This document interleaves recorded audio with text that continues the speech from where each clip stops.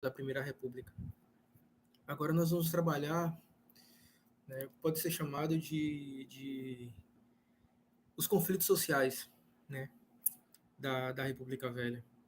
Na verdade, o processo mesmo de consolidação política do novo regime, ele acabou sendo relativamente complicado, né, marcado por uma série de conflitos, marcado por uma série de revoltas, tanto do ponto de vista social quanto do ponto de vista institucional, militar.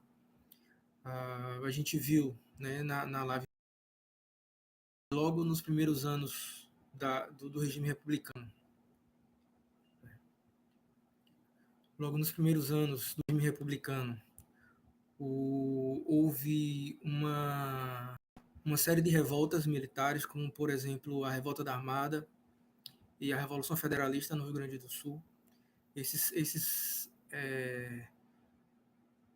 conflitos, né, eles foram importantes no sentido de consolidar, primeiro, o domínio do Partido Republicano do Rio Grandense, no Rio Grande do Sul, né, e também parte da hegemonia do Exército, né, nesse início de governo republicano. E ele passou para a história como um período de consolidação da República. Só que esse período de consolidação da República, na verdade, ele vai se estender por mais anos, né, por mais épocas, principalmente por conta das revoltas populares, né, dos conflitos sociais. E um aspecto importante é compreender que, na verdade, o processo de instauração da República também pode ser considerado um processo de aburguesamento da política, da economia e da sociedade brasileira. A proclamação, primeiro, a abolição da escravidão, ela foi um momento importante no sentido de tornar formal a mercantilização da mão de obra, né? Ou seja, o processo de abolição, né, de troca da mão de obra escrava para mão de obra livre já vinha acontecendo desde pelo menos a metade do século XIX, né? Se tornou mais profunda com a Lei do Ventre Livre, em 1871, e, de todo modo, ao longo da década de 80 do século XIX, houve um processo grande aí de troca, né, da mão de obra escrava pela mão de obra livre, fundamentalmente de imigrantes. Então, isso significou um processo de aburguesamento importante, no sentido de tornar a mão de obra também uma mercadoria, né? A proclamação da República também significou esse processo de aburguesamento da sociedade, no sentido de que a República, pelo menos formalmente, garantia a isonomia, né, a ideia de todos são iguais perante a lei, né, a garantia a ideia de que para você chegar a um cargo, né, você chegar a uma posição dentro de uma carreira, bastava, pelo menos em tese, pelo menos formalmente, né, o seu mérito, a sua habilidade para fazer determinado tipo de função, para poder desenvolver determinado tipo de função. Então, essas ideias de aburguesamento, né, esse processo de aburguesamento foi fundamental nessa virada do século XIX para o século XX. E aí, o que muitos especialistas vão dizer é que a passagem da monarquia para a república vai significar a transformação de uma sociedade senhorial, que marcava o império, para uma sociedade burguesa. Acontece que essa transformação de uma sociedade senhorial para uma sociedade burguesa não vai se dar de maneira pacífica e não vai se dar sem resistências. Porque, na verdade, a proposta de burguesa, se formalmente ela garantia direitos iguais para todos perante a lei, na prática ela era extremamente elitista e, de alguma forma, significava que parte significativa da população brasileira não entraria, digamos assim, nessa nova concepção de cidadania. Se a ideia de cidadania poderia ser pensada como um aspecto de universalização desse direito para todos os cidadãos brasileiros, na prática, a própria Constituição foi importante para reduzir essa cidadania a um número bastante pequeno, né, da população e da sociedade brasileira. Então, essa série de transformações que vão ocorrer no sentido da política, no sentido da organização das cidades e também no sentido da relação entre setores dominantes das grandes capitais e setores majoritários do interior, né, do país, esse processo de transformação vai se dar exatamente a partir desses conflitos. Então, esses conflitos sociais, eles vão ser eles vão ocorrer principalmente, eles vão ser divididos em dois grupos, né? São os conflitos rurais ou messiânicos, como são genericamente chamados, ou os conflitos urbanos. Dentro, né, desse conjunto de conflitos, a gente vai ter movimentos bastante conhecidos, como o movimento de Canudos, a Guerra de Canudos, a Guerra do Contestado, a Revolta de Juazeiro, o Cangaço. Isso do ponto de vista rural. Do ponto de vista urbano, a gente vai ter principalmente aí a Revolta da Vacina e a Revolta da Chibata. Lá para a década de 20, a gente vai ter movimentos como o tenentismo, né? E nesse processo a gente também vai ter a emergência importante do movimento operário brasileiro, né? O movimento dos trabalhadores do Brasil. Então, pensando aqui os chamados movimentos messiânicos, né? Que são movimentos que são genericamente chamados de messiânicos, nem todos têm essa característica de messianismo, mas eles são genericamente chamados assim porque esses movimentos eles vão ser liderados por líderes religiosos, eles vão ser liderados por figuras, por indivíduos que tinham como principal característica do seu discurso o discurso religioso, né? Então, se a gente puder pegar genericamente esses eventos, a gente vai ter a transformação da monarquia para a república, também vai significar uma transformação das relações entre igreja e Estado no Brasil, já que com a monarquia, a igreja fazia parte da estrutura do Estado brasileiro. Os padres, os bispos, né, as igrejas, todos esses elementos estavam incluídos significativamente na estrutura do Estado brasileiro, a partir principalmente da instituição do padroado. Mesmo ainda no século XIX, houve um movimento de romanização da igreja, né, de tentativa de romanização da igreja, de reforço dos parâmetros do Concílio de Trento. E esse reforço acabou, inclusive, gerando alguns conflitos entre o Estado brasileiro e algumas figuras da igreja. Mas, efetivamente, quando se dá a separação entre Estado e igreja a partir da instituição da República, a igreja ela vai deixar de fazer parte da estrutura do Estado, o Estado passa a ser laico, efetivamente, e, por exemplo, aí a instituição do casamento civil, né, que é importante, a instituição do enterro civil, também formalmente, foram elementos importantes dessa separação aqui entre igreja e Estado, né? Um outro exemplo importante é a diferença entre o catolicismo oficial, aquele catolicismo estabelecido a partir dos dogmas e das diretrizes da Igreja de Roma, e o catolicismo que era e é praticado pela população em geral. Então, há uma sensível diferença entre as concepções e entre as práticas religiosas, entre o catolicismo oficial da Igreja e aquele catolicismo que era praticado e é praticado pelas camadas populares, principalmente nos sertões do Brasil no início do século XX e final do século XIX. Nem sempre havia aí uma coincidência nem de práticas e nem de concepções religiosas, digamos assim, né? Além disso, havia uma falta crônica de membros da igreja nas cidades mais distantes, nas áreas mais longínquas do interior nordestino ou de qualquer área interiorana do Brasil, né? Isso fazia com que efetivamente aparecessem figuras que, digamos assim, faziam às vezes de sacerdotes.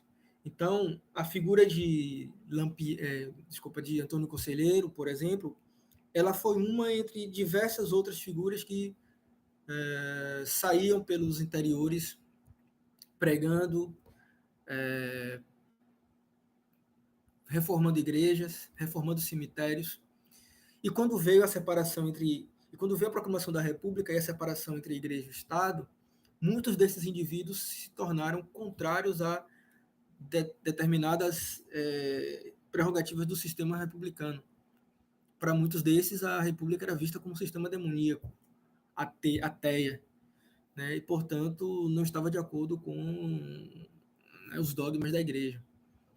Então, muita da pregação desses indivíduos se dava dentro desse contexto de transformação que afetava também o aspecto da religião, né? Então,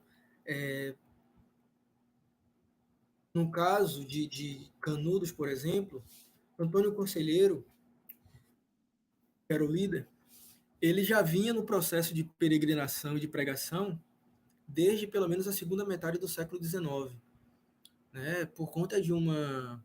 Ele era de uma família remediada, era de uma família que a gente pode considerar de classe média, né? Os pais deles eram remediados e ele próprio era também. Ele tinha uma educação relativamente formal, né? Tinha um certo conhecimento, inclusive trabalhava como professor em determinados momentos. Mas o infortúnio pessoal, né, fez com que ele acabasse peregrinando pelo interior do Nordeste, né, peregrinando, fazendo pregação, fazendo reformas em igrejas e cemitérios, pregando. Quando veio a proclamação da República, ele veio pregando, né, contra o sistema republicano, como eu falei para vocês. Ele acusava o sistema republicano de ser ateu, de promover o ateísmo, entre outras coisas, né? E aí você vai ter um contexto em que ele está pregando, que é o contexto de miséria crônica da população nordestina, má distribuição de terras, o jugo do coronelismo, o jugo do mandonismo local, que muitas vezes explorava o trabalho desses trabalhadores rurais, né? Esse trabalhador rural ele ficava à mercê desses mandões locais, né, que garantiam para eles o trabalho, mas um trabalho com não necessariamente um trabalho assalariado, né? A seca, o aumento de impostos, né? E todos esses elementos fizeram com que o Antônio Conselheiro passasse a ser seguido por uma espécie de secto.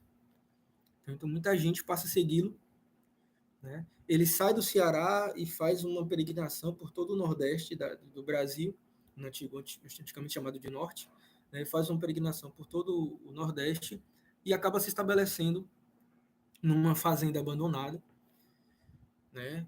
Na região de Belo Monte, e acaba fundando o Arraial de Canudos, no interior da Bahia, certo? Então, assim, a gente vai ter aqui um contexto marcado por transformações políticas importantes, pela separação entre igreja e Estado, né? Pela própria transformação pela qual a igreja estava passando, tentando se adaptar a esse novo momento de separação com o Estado, além de uma situação crônica de miséria, de má distribuição de renda, de má distribuição de terra, de exploração do trabalho do trabalhador rural, né?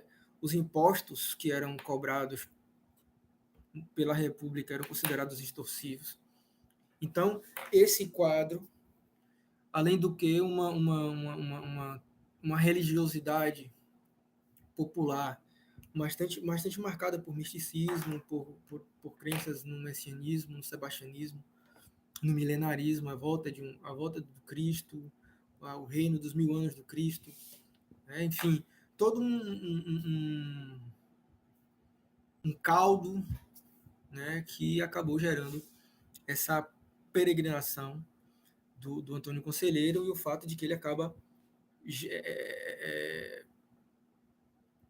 digamos assim, desenvolvendo um séquito de seguidores. Então ele acaba se estabelecendo nessa região de Canudos, né, no Arraial de Canudos, próximo da região de Belo Monte, no interior da Bahia. Né? Essa comunidade acaba desenvolvendo-se de maneira relativamente autônoma em relação ao Estado. Eles acabam desenvolvendo ali um sentido forte de comunidade, de comunitarismo. Eles acabam desenvolvendo ali um sentido forte de respeito, principalmente com relação ao líder. Né? E aí, ele primeiro, esse arraial primeiro, ele começa a despertar a desconfiança da própria igreja. Né? Ou seja, a própria igreja vai mandar alguns membros, né, alguns padres, para irem entender o que estava acontecendo naquela comunidade. Né?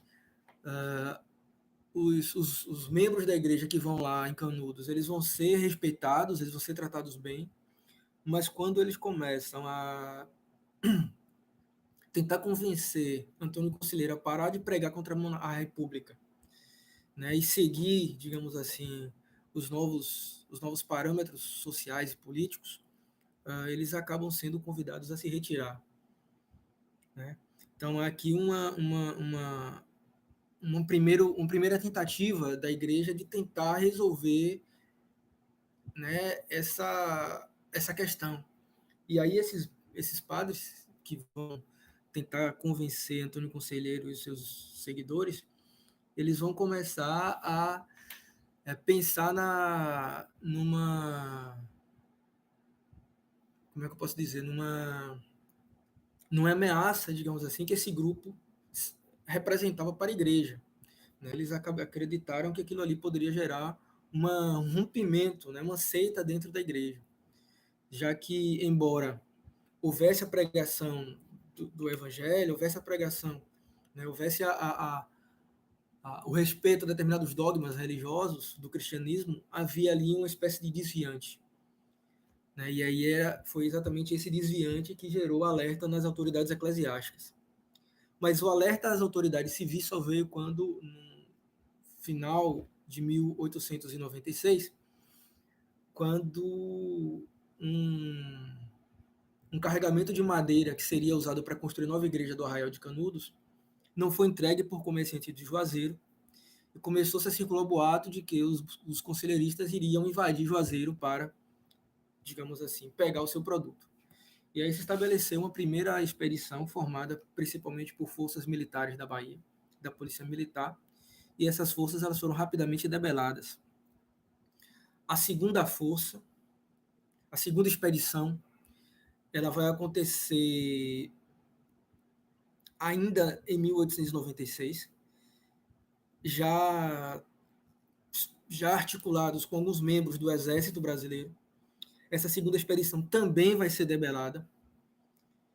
E aí é que o Arraial de Canudos vai acender o alerta nas autoridades civis, tanto da Bahia como do Rio de Janeiro, porque os conselheiristas conseguiram derrotar duas forças policiais. Né? A primeira expedição, basicamente com a Polícia da Bahia, e a segunda expedição, numa articulação entre a Polícia da Bahia e o Exército Brasileiro. A terceira expedição, ela veio com peso significativo, porque ela trouxe armamento pesado e veio liderada pelo coronel Moreira César, que era considerado um militar experiente que havia lutado na Revolução Federalista e era conhecido pela brutalidade com que ele lidava com os seus inimigos, com os seus adversários. Não à toa o apelido dele era Corta-Cabeças, né, por conta digamos assim, da truculência com que ele lidava contra os seus adversários, né, e contra os seus inimigos de batalha. E a expedição liderada por Moreira César também foi destruída. E o próprio Moreira César foi morto nessa expedição. E aí isso acabou gerando uma aliança entre o governo republicano, os coronéis, a igreja, o governo da Bahia, certo? Uniram-se contra Canudos. Né? Diversos jornais do Rio de Janeiro, de Salvador, de São Paulo, começam a gerar notícias dizendo de uma conspiração monarquista no interior da Bahia, né, que os monarquistas, na verdade, queriam retomar o poder. Vamos lembrar que em 1896, 1897, estávamos a menos de uma década da proclamação do ano em que a República tinha sido proclamada. Né? Então, havia aí um temor do governo republicano de perder o controle de uma área importante, né? E isso significar o exemplo para que outros grupos também busquem o retorno à monarquia. Então, os conselheiristas passam a ser chamados de facínoras, passam a ser chamados de monarquistas, né, de conspiracionistas, de degenerados, né, digamos, diante das ideias racistas, né, que eram moda no Brasil a partir de 1870, né, houve aí uma tentativa de estabelecer a ideia de que eles eram figuras degeneradas, aliás, e degeneradas pelo meio. Né? E aí foi enviada uma quarta expedição com bateria de canhões, com metralhadoras, com um armamento do mais pesado possível. E a quarta expedição, de 1897, acabou massacrando Canudos. E aí, Canudos foi massacrada, mais de 5 mil mortos, né? Poucos foram os sobreviventes, né? do massacre. Né? E aí, o massacre a esses conflitos sociais foi uma marca desse governo republicano. Né? Ou seja, o exército brasileiro, no início da República, ele foi utilizado de maneira bastante significativa, visando debelar qualquer tipo de movimento que fosse considerado subversivo e fosse considerado ameaçador à ordem estabelecida pela República. Né?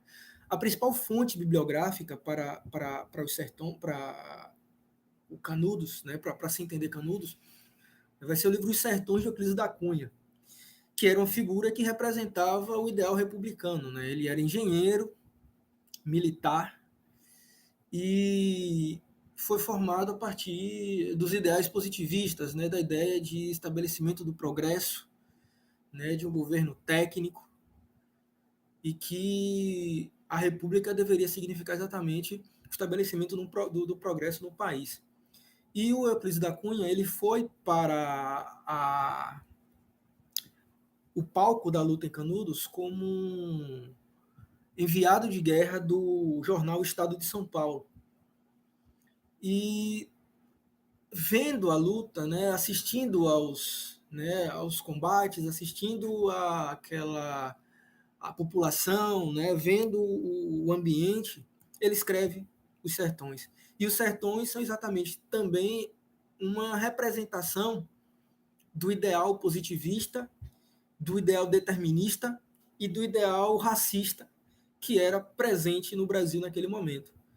Os Sertões ele é dividido em 3 partes. Começa com a descrição minuciosa e exaustiva do ambiente, porque ele vai estar imbuído aí do determinismo geográfico de Hatzel, um geógrafo alemão, que dizia que é o meio que determina quem é o ser, é o meio que determina quem é a população, quem é a sociedade. Né? Depois ele vai descrever a luta e depois ele vai descrever o homem.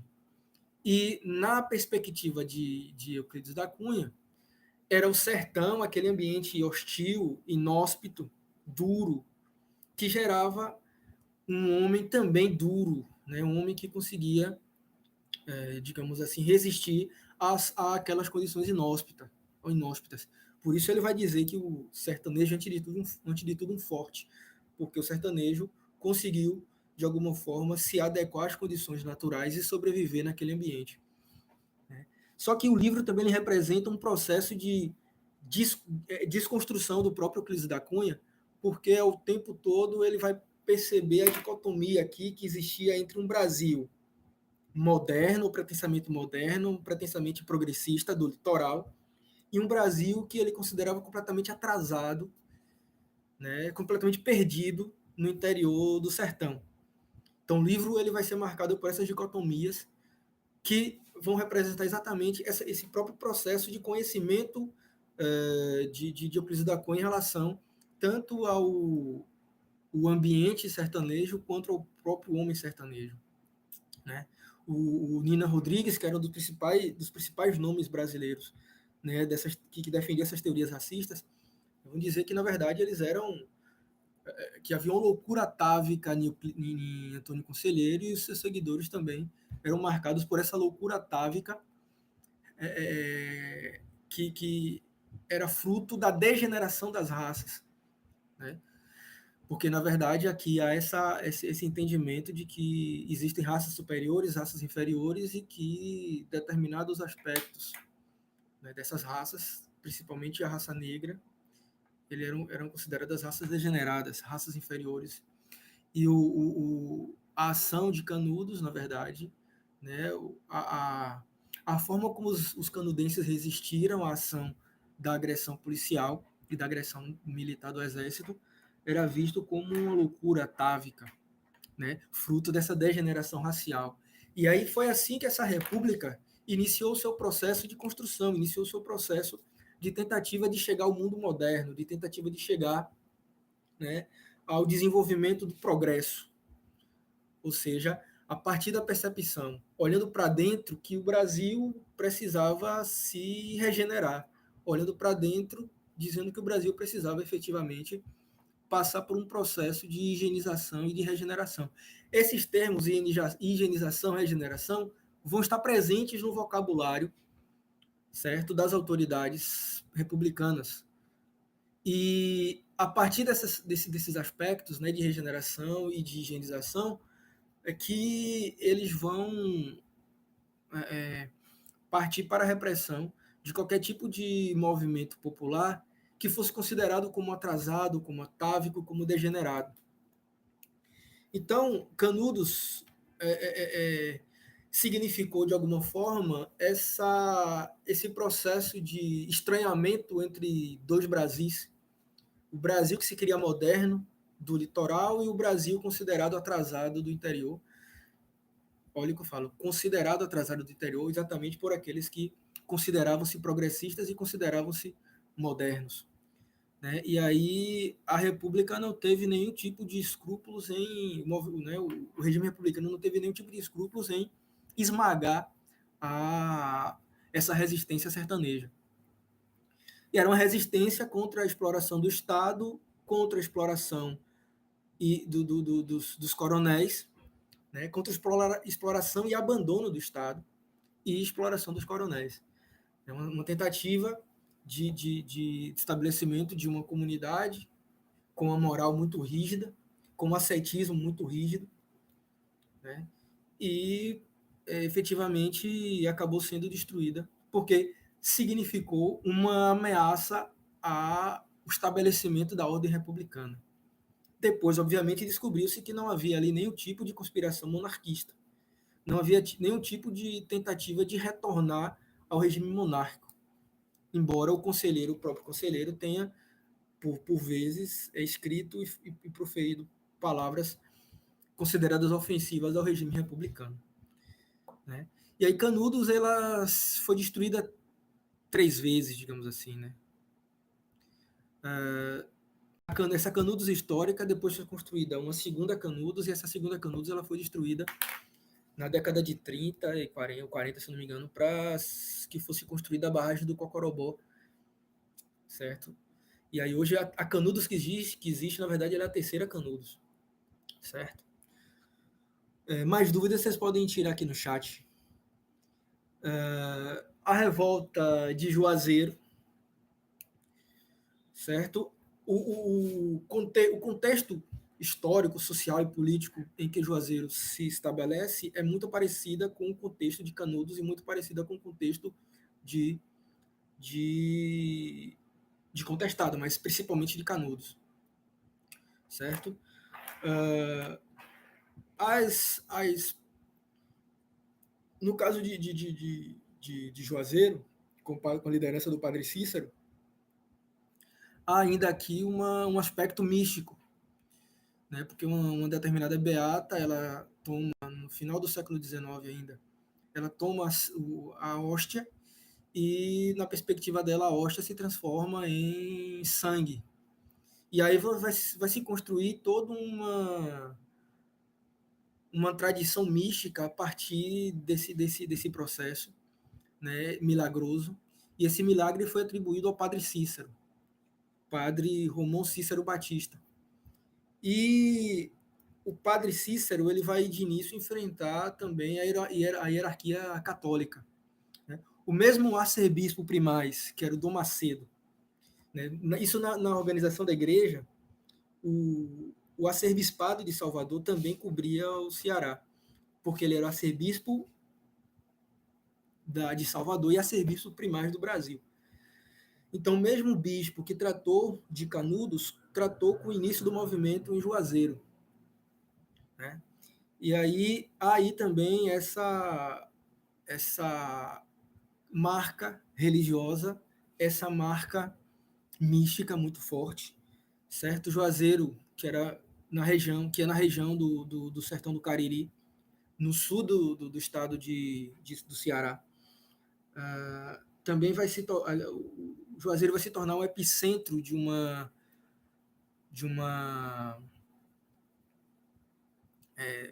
peregrinação religiosa muito grande, né? Juazeiro vai se tornar um dos principais centros de peregrinação religiosa do Brasil, do Nordeste do Brasil, né? Vai haver ali uma influência muito grande de pessoas vindas de todo o Nordeste brasileiro, do que atualmente é o Nordeste brasileiro, da Bahia, Pernambuco, Alagoas, Maranhão, Rio Grande do Norte, Paraíba, enfim, gente de todo que é considerado o Nordeste hoje saiu para ir em direção a Juazeiro do Norte. Esse afluxo de pessoas vai tornar Juazeiro do Norte uma cidade importante, porque a sua população vai crescer significativamente, né? O Padre Cícero, ele vai ser excomungado, ele vai ser primeiro, vai ser proibido de ministrar os sacramentos, vai ser proibido de ministrar a missa. E, finalmente, ainda entre o final do século XIX e início do século XX, ele vai ser excomungado pela igreja. Enquanto o Padre Cícero ele vai ser defenestrado, ou seja, ele vai ser perseguido pela hierarquia da Igreja Católica, o seu prestígio popular se torna cada vez mais imenso. E aí o prestígio popular de Padre Cícero ele vai ser revertido em prestígio político, em poder político. Porque na primeira década do século XX, o Padre Cícero, além de ser um chefe religioso, alguém considerado santo, milagreiro, ele vai ser também considerado um importante chefe político da região do Cariri. Em 1911, ele vai ser importante chefe político porque ele vai liderar o processo de emancipação de Juazeiro do Norte em relação à cidade do Crato, que era outra cidade importante da região do Cariri. E aí Juazeiro suplanta, certo? O Juazeiro suplanta o Crato em relação à importância na região do Cariri, né? Além disso, o Padre Cícero, além dele ser o primeiro prefeito de Juazeiro, de ser o líder da emancipação de Juazeiro do Norte, ele vai organizar uma espécie de confederação de coronéis da região do Cariri. E o que foi especificamente a revolta de Juazeiro? O governo Hermes da Fonseca, com sua política de salvações, ele, que eu falei na última live, né, ou seja, ele quando vence as eleições em 1910, ele busca trocar a dos estados, trocando dessa forma, tirando dessa forma as oligarquias dominantes e colocando outras no lugar. O Hermes da Fonseca, ele intervém no Ceará, como interviu aqui na Bahia também, e retirou do poder a família Accioli. Essa família Accioli era uma tradicional aliada de Padre Cícero e dos coronéis do Cariri. Isso através da chamada política de salvações. E aí o Padre Cícero lidera um exército formado por fiéis que chegam, inclusive, a cercar a fortaleza e eles acabam recuperando o poder para a tradicional família. E aí, cada vez mais, Padre Cícero se torna uma maior referência religiosa para o Nordeste. Mas é importante que a gente compreenda que o Padre Cícero, além de ter essa referência religiosa, né, de ser considerado alguém que faz milagre, de alguém que atrai milhares de seguidores, ele também vai se tornar um importante chefe político da, da região do Cariri e do Ceará. Né? E aí, Juazeiro do Norte vai se tornar o maior centro de peregrinação do Nordeste, atualmente. Fiamma, um grande abraço para você. Então, gente, dúvidas vocês vão me perguntando, porque eu vou passando, porque o assunto é muito grande, e se a gente ficar detalhando cada um deles, a gente vai perder muito tempo e não vai sair daqui hoje. Uma outra revolta com características rurais e características messiânicas e sebastianistas, enfim, foi a Guerra do Contestado. Só para lembrar, eu acabei não falando, a revolta de Juazeiro aconteceu em 1913. Canudos entre 1896 e 1897. E o Contestado foi de 1912 a 1916. O líder dessa revolta era José Maria, que se dizia uma espécie de reencarnação de um outro chamado João Maria, que também fazia pregações e peregrinações pelo interior dali da região do Paraná, Santa Catarina, por volta do século XIX.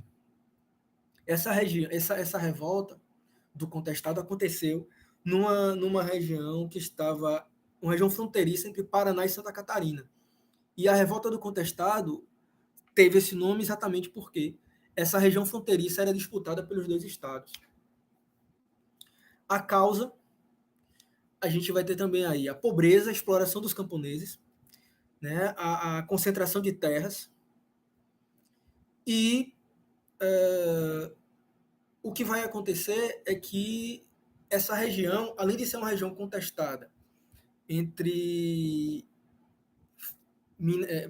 Santa Catarina e Paraná, era uma região disputada entre esses dois estados, essa região também estava sendo disputada por uma companhia de trem pertencente a um magnata norte-americano. E aí, essa população que já era sofrida, essa população que já vinha sofrendo com o domínio, né, dos grandes proprietários rurais na sua região, também acabou tendo que enfrentar, certo, uma companhia ferroviária que queria tomar as suas terras, e não só a terra por onde passaria a ferrovia. Eles queriam a dominação da terra por pelo menos 15 quilômetros em cada uma das margens da ferrovia. E aí, nesse caso, assim como no Canudos, assim como em Canudos, onde as transformações capitalistas, as transformações sociais, as transformações religiosas foram importantes para explicar a revolta, aqui no Contestado também isso acontece, ou seja, suas terras estavam sendo dominadas, estavam sendo ameaçadas por uma empresa capitalista estrangeira que estava querendo investir capitais nessa região, né, para tentar ligar o sul do Brasil à região, né, à capital, e aí gerar, digamos assim, essa interligação para a circulação de bens, a circulação de mercadorias, a circulação de dinheiro. Então, no capitalismo era importante que qualquer tipo de é importante, né, nesse processo de aburguesamento da sociedade brasileira, era importante retirar, digamos assim, do caminho qualquer tipo de elemento que fosse considerado empecilho para a livre circulação de capitais, de pessoas, de mercadorias e de ideias, enfim. Então, essa concessão de terras e benefícios para as empresas inglesas e americanas e norte-americanas que foram construir essa ferrovia acabou gerando a expulsão e a marginalização de pequenos camponeses, que, liderados pelo José Maria, certo? Acabaram combatendo as forças das polícias militares desses dois estados e também as forças do Exército Brasileiro. E aí, assim como Canudos, os participantes também foram violentamente massacrados. E aí o nome, eu já falei da questão do nome né, que diz respeito a essa origem, essa região que era contestada entre a Santa Catarina e o Paraná. Né? E aí uma coisa importante é que, no caso do contestado, quando José Maria morreu, outros líderes assumiram né, a liderança do grupo. Né? Acabou levando essa luta entre 1912 e 1916. Né? Acabou fazendo com que a luta continuasse para além da presença física do seu líder original.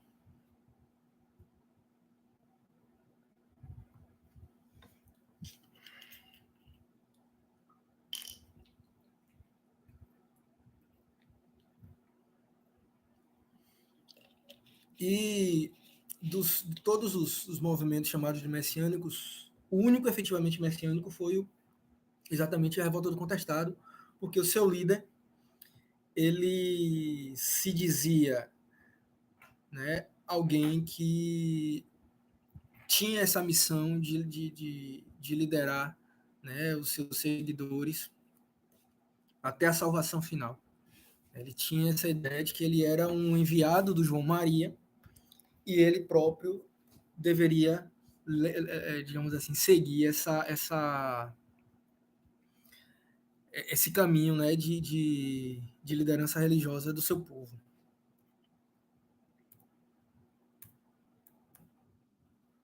Um outro movimento, a gente não pode dizer necessariamente que era um movimento social, mas uma realidade importante no sertão, principalmente no sertão nordestino, que era o movimento do cangaço.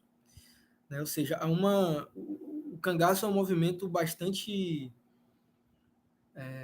complexo pela sua natureza, é bastante complexo pelas suas interpretações. A gente tem que ter muito cuidado com aqueles que são 100% depreciativos, né? Então, existem vários livros de contemporâneos que eram depreciativos em relação, né, ao fenômeno do cangaço, mas também havia muitos livros, muitos relatos que eram,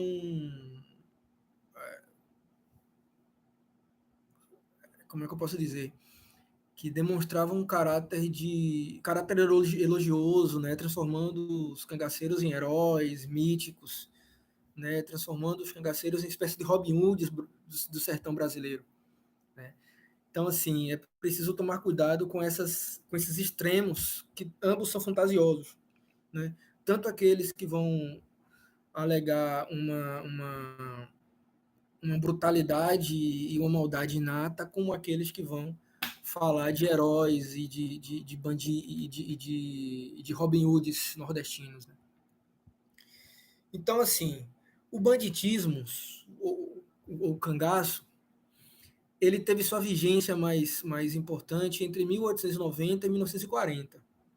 Isso não quer dizer que antes disso não houvessem casos, né, como Antônio Silvino, por exemplo, e outros que já praticavam o chamado banditismo, né, pelo interior do sertão do que hoje é o Nordeste. Né. O cangaço, né, eles eram bandos armados que percorriam o interior nordestino sobrevivendo de delitos. Né.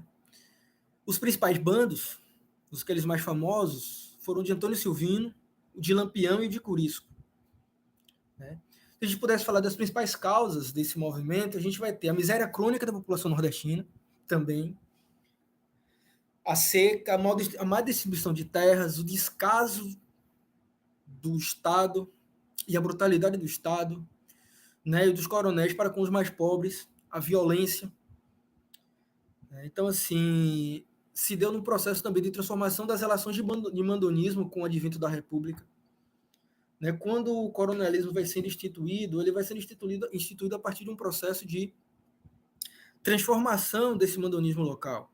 O coronelismo ele vai se inserir dentro do sistema político republicano a partir de uma relação de trocas mútuas entre poder central, poder estadual e o poder local, que é o local do coronel, o poder do coronel. E, digamos assim, a vigência do banditismo, né, do cangaço nesse período, né, vai estar ligado com esse processo. Né?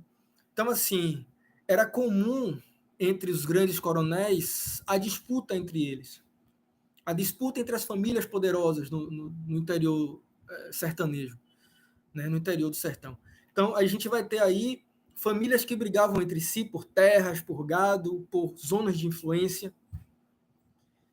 E nesse caso, a gente vai ter, por exemplo, o que levava as pessoas a entrarem no cangaço. A vingança era um fator importante, ou seja, a questão da honra, né, que era uma moeda importante nas relações sociais dentro daquela sociedade. Então, alguém que se sente com sua honra ofendida, alguém que busca vingar a sua família. Então, assim, era muito comum, tem filme, por exemplo, chamado Abril Despedaçado, que mostra muito bem isso, essa rivalidade entre famílias.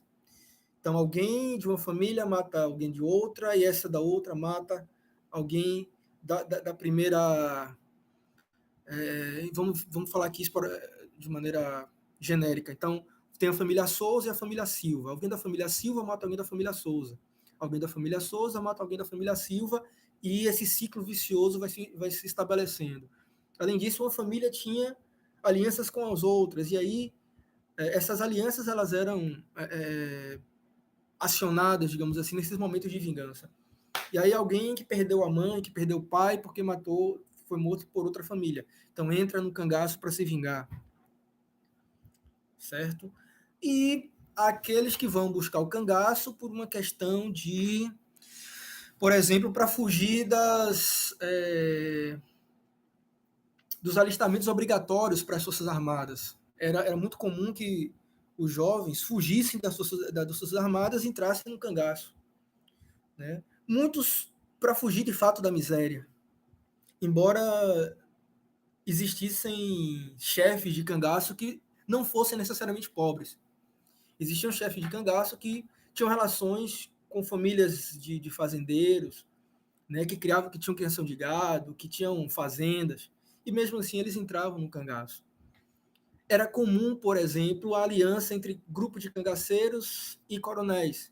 Muitas vezes, coronéis acoitavam os cangaceiros, e às vezes também os cangaceiros prestavam serviço de jagunçagem para os coronéis. Então, o fenômeno do cangaço ele é muito mais complexo do que a gente pode imaginar. Né? Não é basicamente limitado ou àqueles facínoras ignorantes, assassinos, ou o mito do Robin Hood, daqueles que roubam dos ricos para entregar aos pobres. Né? Existiam eventos em que os cangaceiros distribuíam moedas para as pessoas pobres das cidades, existiam, mas isso não era uma regra, certo? Isso não era necessariamente a principal atividade, a principal ação do cangaço. Né? Então, o cangaço ele vai entrando em decadência em 1840, exatamente em um período de um processo acelerado de centralização do Estado e de interiorização de uma infraestrutura que permitia, por exemplo, que o Estado pudesse alcançar as áreas onde os cangaceiros atuavam de maneira mais efetiva. Por exemplo, na República Velha, como o federalismo ele era muito grande, ele era muito forte, uma polícia estadual não poderia atravessar a fronteira para outro estado. Isso facilitava a fuga dos cangaceiros por todo o território dos estados que vieram formar o atual Nordeste. Com a Revolução de 30, né, com o processo de centralização política, né, isso deixou de fazer sentido. Então, as polícias dos estados faziam alguns acordos que permitiam a ação, digamos assim, em outros territórios. A ação da volante, ela não era menos agressiva e menos violenta do que a ação dos cangaceiros. É muito importante que fique registrado, ou seja, a ação da polícia no combate aos cangaceiros não era menos violenta do que a ação dos cangaceiros, ou seja, quando uma volante chegava numa cidade, era comum a prática de torturas contra os moradores para que eles pudessem delatar onde estavam os cangaceiros. Então, esse fenômeno vai revelar muito da crise e revela muito das condições sociais e políticas, certo? Do interior e do sertão, do que viria a ser o sertão nordestino.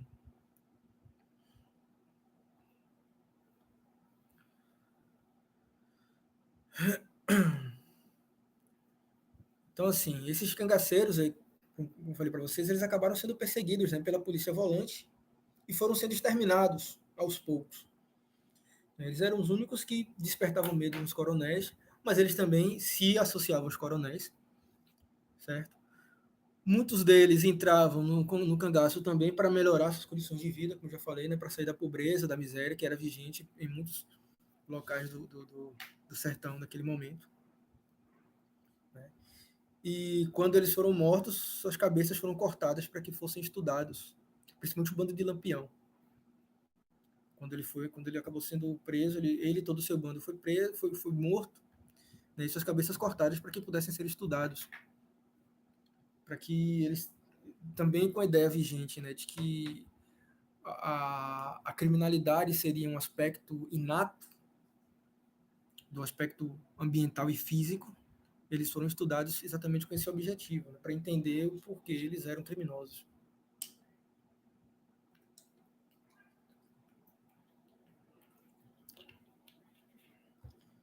Adiantando aqui, a gente pode falar agora das chamadas revoltas urbanas. A mais famosa dela talvez seja a revolta da vacina. A revolta da vacina, na verdade, era um evento que consegue aglutinar uma série de transformações pelas quais o Brasil passava. Por exemplo, essa tentativa de tornar o Brasil um país moderno, um país espelhado na Europa, principalmente em Paris, um país que atendesse aos ditames de uma civilização ocidental, branca, europeia, onde não cabia, nesse caso, os mestiços, onde não cabiam os negros, né? Num contexto de abolição da escravidão, num contexto de proclamação da República, no contexto das séries de outras revoltas que aconteceram na República, que tiveram o Rio de Janeiro como palco, certo? Então, além disso, para a primeira questão, que era o Rio de Janeiro no contexto da revolta da vacina. Era a capital da República no Brasil, mas com estrutura urbana herdada da colônia.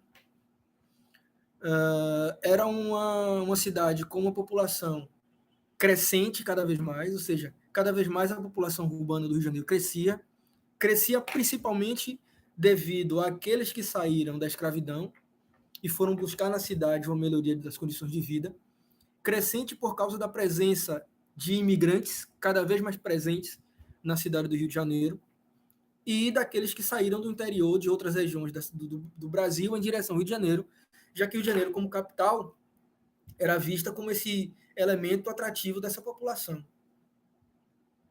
Além disso, e aí assim, você vai ter uma cidade colonial que praticamente dobra o número da população em um período muito curto, período de tempo muito curto.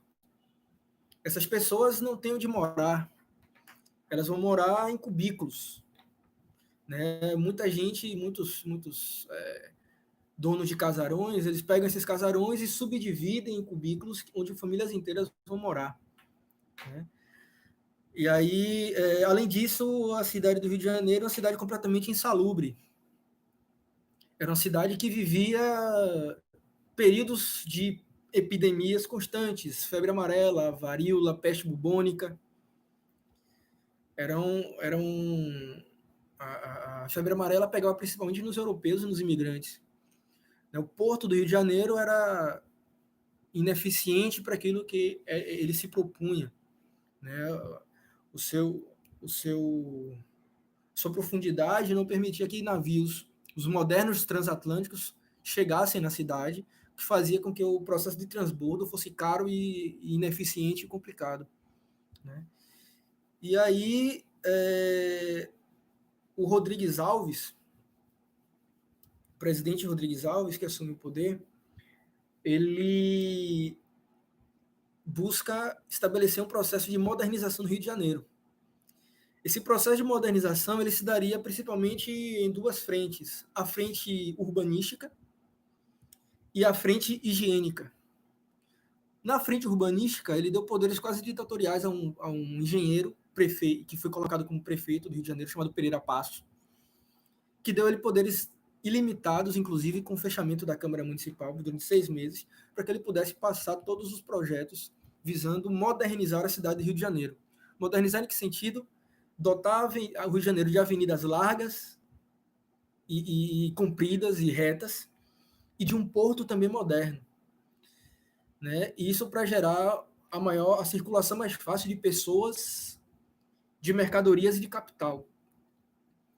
E, obviamente, um processo de modernização urbana que era pensado como uma cópia do processo que estava acontecendo em Paris, certo? E, para o aspecto higiênico, ele nomeou Oswaldo Cruz, que também deu poderes quase ditatoriais para efetivar o processo de erradicação de doenças como a varíola, a febre amarela e a peste bubônica. Então, nesse processo de reforma urbana, foram destruídos cortiços e favelas, certo? Foram ampliadas avenidas, foram abertas e ampliadas avenidas e foram construídos novos prédios que se inspiraram em Paris. Só que essas pessoas que viviam nos cortiços, que foram derrubados, eles foram expulsos, certo? Foram para a periferia e foram para os morros do Rio de Janeiro. Além disso, o Brasil, no processo de tentativa de sair da crise ainda lá do encilhamento,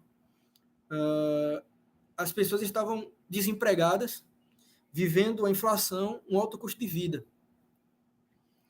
E aí, olha só o quadro, né, de crise.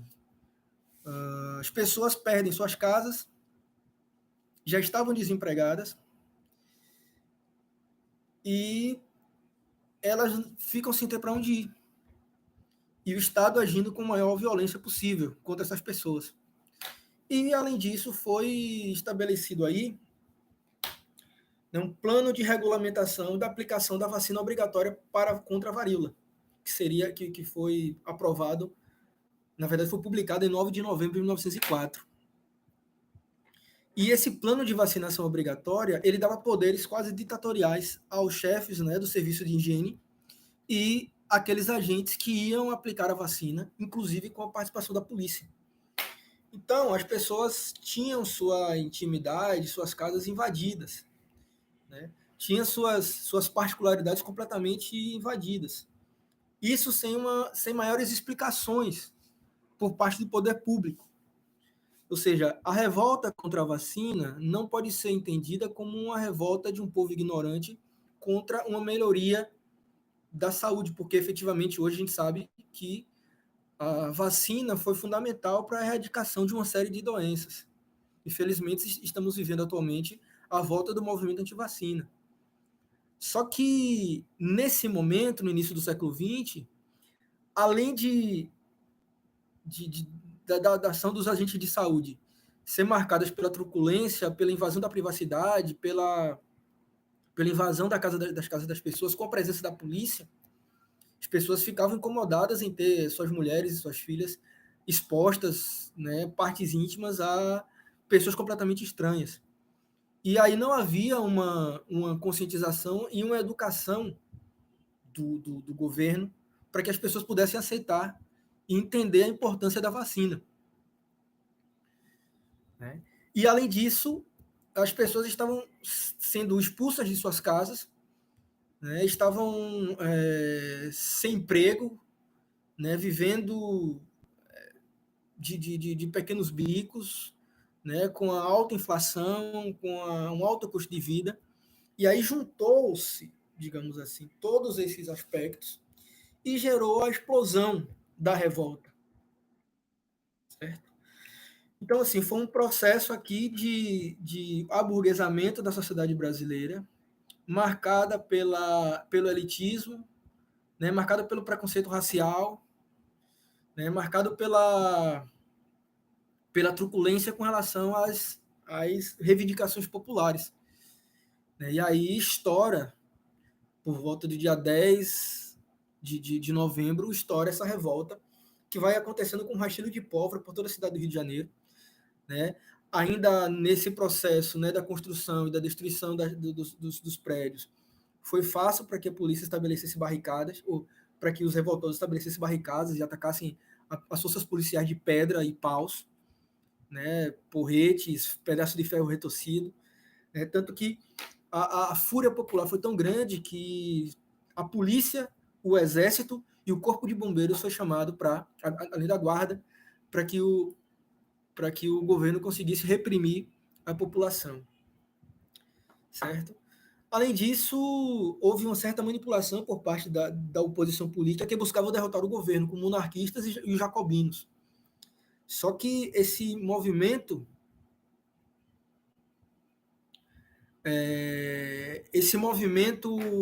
ele vai, na verdade, sair de controle. Ninguém vai conseguir controlar, né, o movimento popular, que ele se dá de maneira espontânea. Há uma tentativa além de, no meio da revolta da vacina, há uma tentativa de golpe militar por parte de militares descontentes com o governo, mas mesmo assim a polícia, ao final, consegue desbaratar o movimento. Né? E a repressão ela foi brutal, a repressão ela foi absurda em cima da população. Né? E aí o Rio de Janeiro reformado, na verdade, vai se tornar o centro do Rio de Janeiro reformado, ele vai se tornar um espaço aburguesado, né, voltado para as práticas burguesas, né, de frequentar os cafés, de frequentar as lojas de grife, os grandes magazines, né? E a população mais pobre, diga-se, preta, né, de ex-escravizados, vai ficar completamente excluído desse processo de aburguesamento dessa população. Essa população que vai ter que se, né, se refugiar nos morros, vai ter que se refugiar nos, é, nos subúrbios da cidade do Rio de Janeiro, eles vão começar a não mais terem acesso a frequentar o centro da cidade. O processo de aburguesamento também vai se dar um processo de segregação espacial, porque até o processo de reforma urbana, que se chama de regeneração, dá muita ideia desse vocabulário médico utilizado à política e também utilizado à cidade, né, utilizado para a cidade. Depois do processo de regeneração, ou do bota abaixo, como também era chamado, onde se destruíram todos aqueles prédios, havia aqui uma certa comunidade em que pessoas mais pobres ou menos pobres podiam frequentar o mesmo espaço, como é o caso do livro Cortiço, onde o Cortiço está ao lado de um espaço onde comerciantes também sobrevivem, também vivem o seu cotidiano. Depois desse processo de aburguesamento, há uma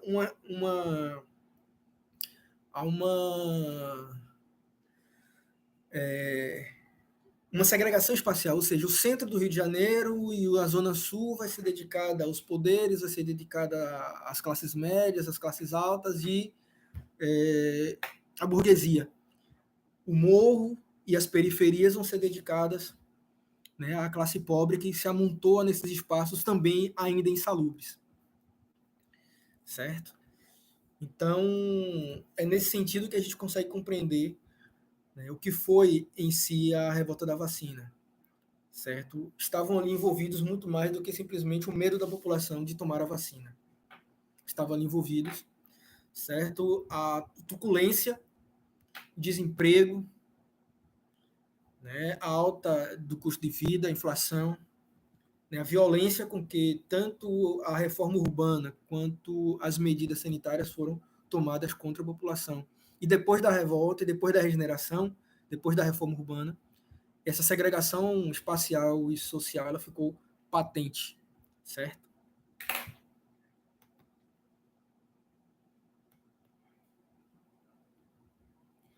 A repressão do governo, como eu falei, ela também foi absurda, né? Ou seja, mesmo depois que acabou a revolta, independente se era possível provar ou não que as pessoas tinham participado da revolta, aqueles que eram considerados perigosos, aqueles que eram considerados indesejáveis, ou seja, pobres, pretos, mestiços, certo? Considerados vadios, todos esses indivíduos acabaram sendo perseguidos no bojo da revolta da vacina, né, da repressão. A revolta dos marinheiros ou a revolta da chibata, certo? A revolta da chibata aconteceu em 1910. O seu líder era João Cândido, também chamado de Almirante Negro, depois foi ser chamado de Almirante Negro. Quais as causas dessa revolta? Maus tratos, baixos soldos, péssima alimentação e castigos corporais. Ou seja, os marinheiros ainda eram tratados como escravos, como pessoas escravizadas.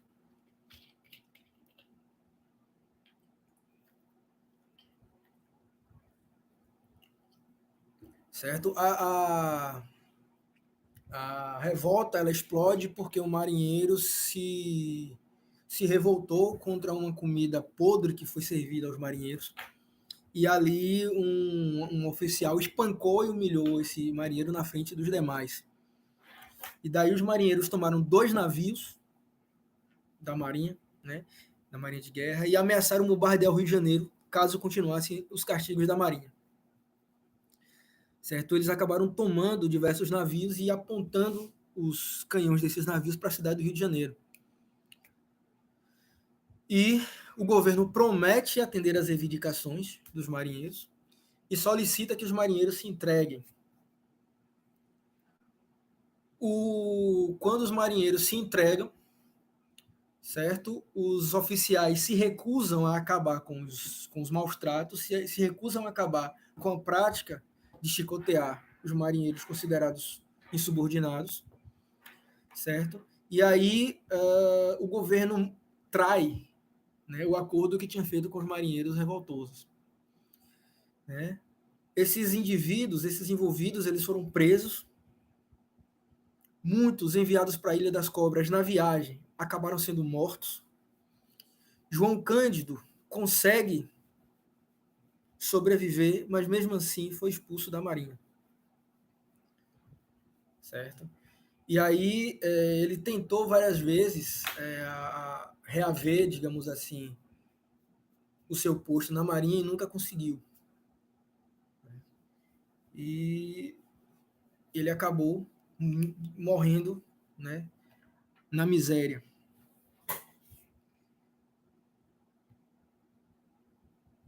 Deixa eu ver aqui. Não sei se a gente vai conseguir fechar o programa que eu tinha programado para hoje, mas vamos tentar aqui estabelecer algumas questões. Se qualquer coisa eu deixo a crise da década de 20, que a gente já vou falar de Revolução de 30 de vez. Mas vamos lá. O movimento operário, certo? Ele começa a se organizar de maneira mais forte no processo da República, mas mesmo antes disso, já havia aqui, né, movimentos operários, já havia aqui alguns movimentos de organização dos operários. É muito importante destacar o movimento dos escravos e ex-escravos, certo? O João José Reis fala de uma greve de escravos, certo? Ainda no século XIX, certo? Robério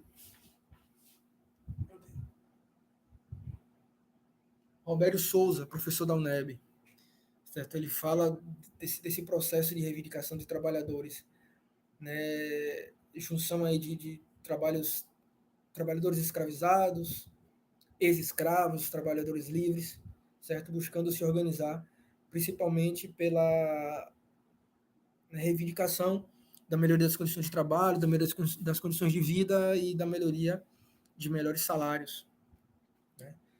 Então, assim, na proclamação da República já há um processo incipiente de industrialização que, de alguma forma, contribuiu para o atraso de um movimento operário que fosse devidamente organizado.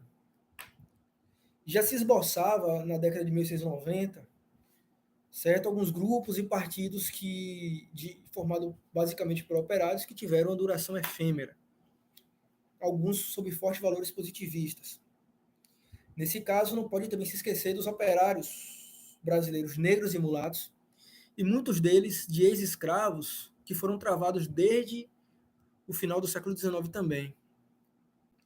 Uma primeira organização importante do movimento operário brasileiro foi a Central Operária Brasileira, criada em 1907, certo? E o primeiro Congresso Brasileiro foi realizado em 1906. Inclusive, essa Central Operária Brasileira foi formada depois desse congresso.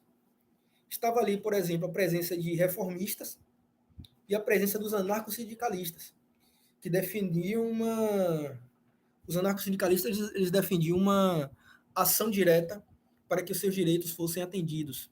Eles não acreditavam na participação política dos operários para que a sua situação mudasse. Eles acreditavam que greves gerais eram importantes para que eles conseguissem seus objetivos políticos e econômicos, né? Havia alguns partidos locais voltados ao interesse dos trabalhadores, só que também eram muito efêmeros, né? Até porque a política institucional brasileira ela era extremamente oligarquizada. Então, assim, há um refluxo do movimento operário de 1908 a 1912 e há uma retomada dessa mobilização de trabalhadores que culmina no segundo Congresso Operário Brasileiro em 1913. E aí, na década de 10, né, no início da década de 10, é um processo de nacionalização, né, do movimento operário brasileiro, ultrapassando o limite de Rio e São Paulo. Algumas organizações vão começar a aparecer no Rio Grande do Sul, Bahia, Pernambuco, né? E aí há uma relação possível entre a ampliação, né, do processo de industrialização no Brasil com a Segunda Guerra Mundial e a industrialização por substituição de importações e o crescimento do movimento operário brasileiro, né? Então, assim, no Brasil não existiam direitos trabalhistas sistematizados. As reivindicações sociais, as reivindicações trabalhistas para a oligarquia no poder era vista como caso de polícia. Só que mesmo assim os trabalhadores conseguiram se organizar e conseguiram movimentos importantes, com greves gerais em São Paulo em 17, Rio em 18, Bahia em 19, certo? E aí, a partir dessas reivindicações, né, algumas leis trabalhistas passam a aparecer de maneira espaçada, de maneira bastante esporádicas, assim, por exemplo, como a criação do Conselho Nacional do Trabalho, em 1923, Lei do Acidente de Trabalho de 19, Lei de Férias de 25, entre outras, que eram pontuais em relação a determinadas categorias, né? E aí, o movimento operário na década de 10 e 20 vai se dividir aí entre aqueles que pensavam numa política mais institucionalizada, outros que defendiam o anarcossindicalismo e outros também voltados para a prática, né, voltados para a prática da organização a partidos comunistas, né? Já que em março de 22 a fundação do comunismo vai gerar também a inserção dos comunistas no movimento operário no decorrer da década de 20. E na década de 20, o que vai ser a prática fundamental é, vai ser a perseguição ao movimento dos operários, principalmente no governo de Arthur Bernardes e também no governo de Washington Luiz com a lei acelerada, que criminalizou ideologicamente tanto o tenentismo como o movimento operário e também censurou a imprensa. Certo? Então, assim, esses foram alguns dos movimentos mais importantes, certo? Da República Velha. A gente pode falar um pouco da Semana de Arte Moderna, né, em que intelectuais brasileiros estabeleceram críticas aos padrões artísticos e literários formais, né, como as métricas, a rima, o saudosismo, o sentimentalismo. Né. Essa Semana de Arte Moderna que aconteceu em São Paulo em fevereiro de 1922. Né. E eu não vou aprofundar muito, porque na verdade a gente pode, né, discutir isso em outros momentos. Mas aqui não daria para aprofundar muito, enfim. Então, assim, o modernismo brasileiro, certo? Ele foi fortemente influenciado pelas vanguardas artísticas europeias, e aí está uma contradição, uma aparente contradição. Ou seja, como é que um movimento que quer estabelecer, né, uma arte, uma literatura, uma arte plástica, umas artes plásticas, esculturas, fossem genuinamente brasileiras, mas que eram, de alguma forma, influenciadas pelas vanguardas artísticas europeias, né, como futurismo, cubismo, surrealismo, o Bauhaus, enfim. E aí a gente vai ter alguns movimentos importantes dentro do movimento modernista, que vai ser o lançamento de Paulicéia Desvarada, de Oswald de Andrade, a primeira obra modernista. Né? E os principais representantes desse modernismo.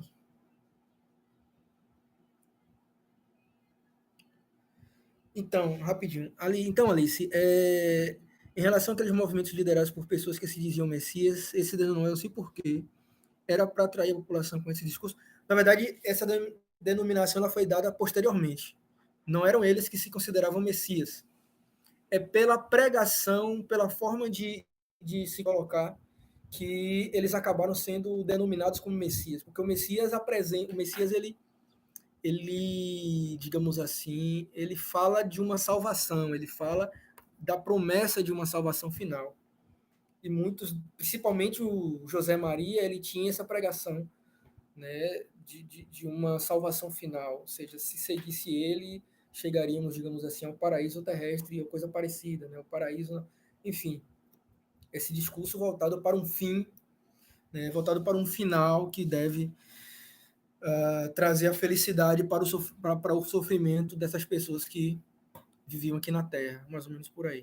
Não sei se eu me fiz explicar. Então, voltando aqui para a Semana de Arte Moderna, esses principais representantes, né, Oswald de Andrade, Mário de Andrade, Manuel Bandeira, Menotti Del Picchia na literatura, Anita Malfatti, Tarsila do Amaral de Cavalcante na pintura, Vila Lobos na música, Vitor Brecheret na escultura. No caso do Vila Lobos, por exemplo, ele vai introduzir elementos da musicalidade caipira, né, inclusive de instrumentos chamados, considerados populares na sua música. Né? E aí o movimento da Semana de Arte Moderna ele não era unívoco, ele não era unitário, há algumas divisões. Por exemplo, a gente pode falar de duas divisões importantes aqui, entre, de um lado, o movimento antropofagista, de Oswald de Andrade, onde ele vai definir que, na verdade, a arte ela é feita a partir do momento em que você pega uma influência externa e junta com uma influência interna e faz uma amálgama e cria uma coisa completamente diferente. Né? A ideia, isso falando de maneira bem geralzona, assim. Ou seja, vocês fazer uma síntese entre um elemento externo e um elemento interno. Eu gosto de exemplificar isso muito a partir da música. Por exemplo, o movimento tropicalista era completamente antropofágico. Por quê? Porque ele pega elementos da música brasileira, da musicalidade brasileira, e mistura com elementos da música pop daquele período, como rock and roll, por exemplo. Outros que fazem isso vão ser os novos baianos. Eles também vão pegar elementos do rock and roll, junto com o samba e a bossa nova de João Gilberto. E, mais recente, eu tenho como um dos principais exemplos de antropofagia o que o Nação Zumbi fez. que eles pegaram as músicas regionais de Pernambuco, como coco, a ciranda e principalmente o maracatu, e articularam com rock and roll, com rap, com hardcore, com reggae, enfim, né? E fizeram essa mistura e criaram uma coisa completamente nova. Então era isso que o Oswald de Andrade preconizava. E ele andou mais à esquerda do espectro político, porque, na verdade, na década de 30, muitos elementos do modernismo assumiram cargos no Estado. E tem o movimento do verde-amarelismo. Né? Se Oswald de Andrade preconizava uma união entre o externo e o interno para construir uma coisa nova, moderna, o Plínio Salgado, que foi um representante do verde-amarelismo, ele vai preconizar algo voltado para o resgate das tradições brasileiras. E o exemplo que ele vai dar é o exemplo do Curupira, né, que anda com os pés voltados para trás. E mais na frente, em 1932, o Plínio Salgado vai fundar a Ação Integralista Brasileira, que era o representante do movimento fascista aqui no Brasil. Certo? E aí, para a gente tentar finalizar aqui, vamos falar do tenentismo. Né? O tenentismo ele foi um movimento de baixa oficialidade do Exército, principalmente tenentes e capitães. Eles eram provenientes, muitos deles, das classes médias, urbana e letrada. Eles tinham um discurso genérico contra o poder central das oligarquias. E o objetivo básico era de moralização política, voto secreto, fim das fraudes eleitorais e do controle oligárquico, além de defender o ensino obrigatório e um projeto de centralização positivista. O programa dos tenentes era elitista, porque ele era para o povo, mas sem o povo. Eles se consideravam aqueles que deveriam trazer a salvação nacional para o país. Né? O primeiro, a gente fala de movimentos tenentistas porque, na verdade, eles aconteceram durante toda a década de 1920. O primeiro desses movimentos é também conhecido como Revolta do 18 do Forte, de Copacabana. Revolta do Forte de Copacabana ou Revolta dos 18 do Forte, que aconteceu no Rio de Janeiro em 1922.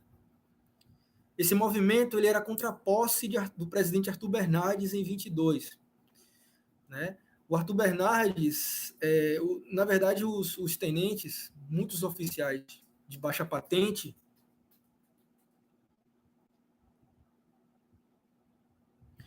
tá certo, Alice, eu mando sim.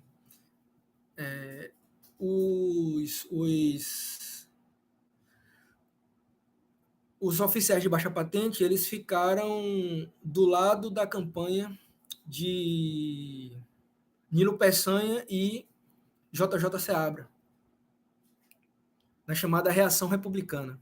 E do outro lado estava o Arthur Bernardes.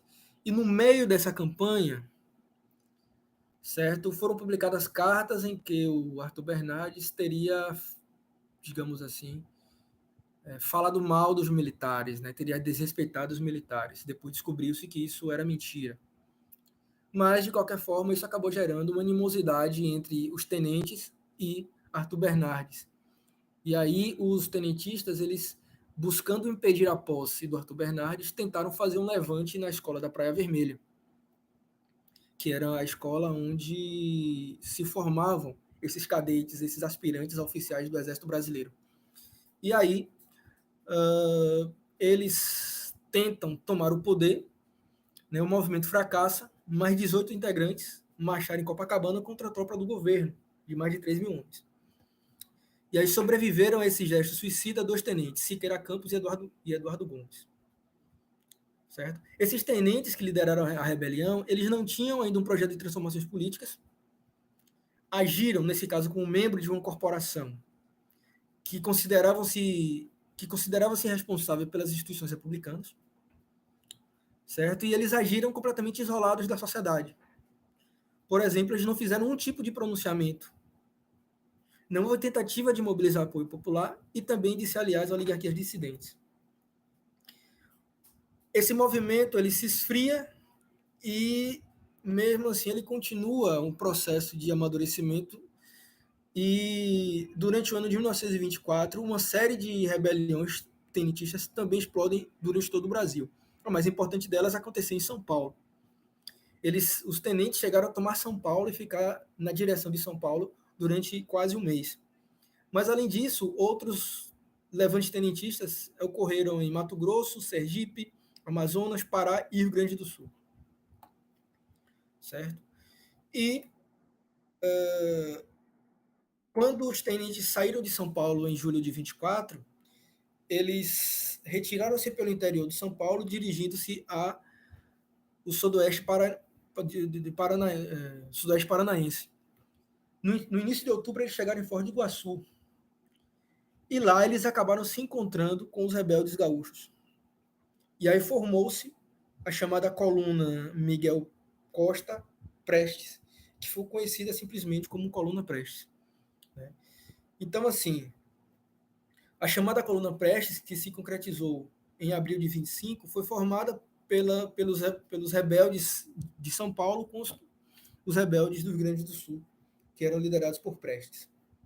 E aí estabeleceram a lendária Coluna Prestes. O líder era Luiz Carlos Prestes, também chamado de Cavaleiro da Esperança, marchou pelo interior do Brasil, buscando debilitar o governo de Arthur Bernardes e tentar conseguir adeptos para a causa tenentista. Eles buscavam um caráter social mais amplo. Muitos ainda mencionavam o desejo pelo voto feminino e pela reforma agrária.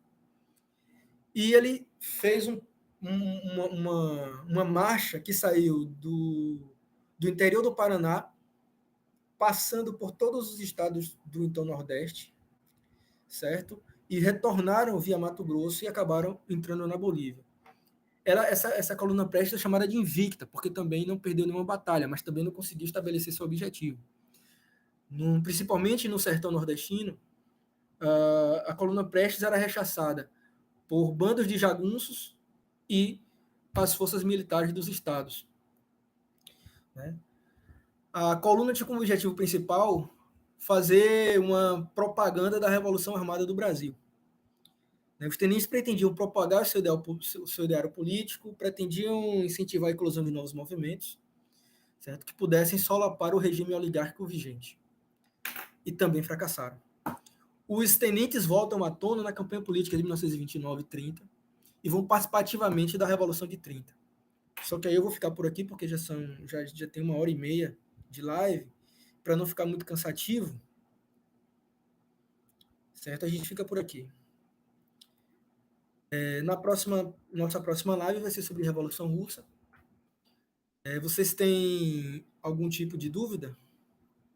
Alice, o grupo com os conflitos. Assim, como eram muitos conflitos, assim, cada um deles dava uma live específica, eu tenho certeza. Né? Cada um desses conflitos poderia gerar uma live diferente. Ficou um pouco superficial, mas eu quis fazer assim para que eu levantasse cada ponto, mas as causas, né, os grupos participantes, né, para que a gente tivesse uma ideia bem desse contexto do início da República, certo? Dos impactos das transformações que ocorreram nesse período, né, do processo de aburguesamento do Brasil e do processo de exclusão importante, né, que esses conflitos marcaram, certo? A brutalidade com que eles foram dizimados pelas forças republicanas dão bem a ideia do projeto republicano que estava se estabelecendo, ou seja, um projeto de aburguesamento oligárquico, certo? Elitista, e que queria limitar ao máximo a participação popular. A crise da década de 20 é a mesma coisa, ou tem alguma relação com a crise de 29? Então, Alice, a crise da década de 20 que eu estou falando é a crise da década de 20, especificamente aqui no Brasil. E que aí, por uma coincidência, vai se juntar à crise de 29, ou seja, a crise de 29 também vai ter um fator importante para a derrubada do regime oligárquico no Brasil via a Revolução de 30. Mas, assim, se a gente pudesse adiantar algumas coisas, seria basicamente relacionadas a intensificação das ações do movimento operário, a própria ação do movimento tenentista. Percebam que o movimento tenentista começa a participar ativamente da política nacional em 22, em 24, de 24 a 26. e mesmo assim eles começam a eles saem do Brasil em 26, os seus principais líderes, né, vão se exilar via Bolívia, mas muitos vão para o Paraguai, para o Uruguai, para a Argentina, e mesmo assim eles continuam a trabalhar num processo de conspiração para a derrubada do regime oligárquico. Né? E aí a vigência do regime, ou melhor, a vigência e o aumento da participação do movimento operário na política, greves importantes vão acontecer em 17, 19, né? A própria dinâmica da economia e da política brasileira vai gerar o esgarçamento desse regime oligárquico, porque muitos setores, as cidades começam a crescer, muitos setores médios das cidades querem romper, digamos assim, o exclusivismo político das oligarquias, e aí tentam buscar uma participação política mais efetiva, e isso acaba sendo evitado pelos oligarcas, né? O próprio esgarçamento do modelo político montado pelos oligarcas, né, pelas oligarquias, começa a entrar em decadência nesse período, ou seja, foi uma série de fatores que resultaram na queda desse regime, isso na década de 20. Quando eu falar da Revolução de 30, inicialmente eu farei um preâmbulo dessas transformações que geraram o esgarçamento desse regime e que acabou com sua queda em 1930. E aí, obviamente, a crise de 29 tem um papel preponderante, porque éramos uma economia agroexportadora, ainda somos em grande medida, mas naquele momento éramos muito mais dependentes de uma economia agroexportadora, e com a crise de 29, a retração dos mercados, a mesmo a política de valorização do café não conseguiu segurar, né, a queda do regime. Então, é isso. Quem tem mais dúvidas?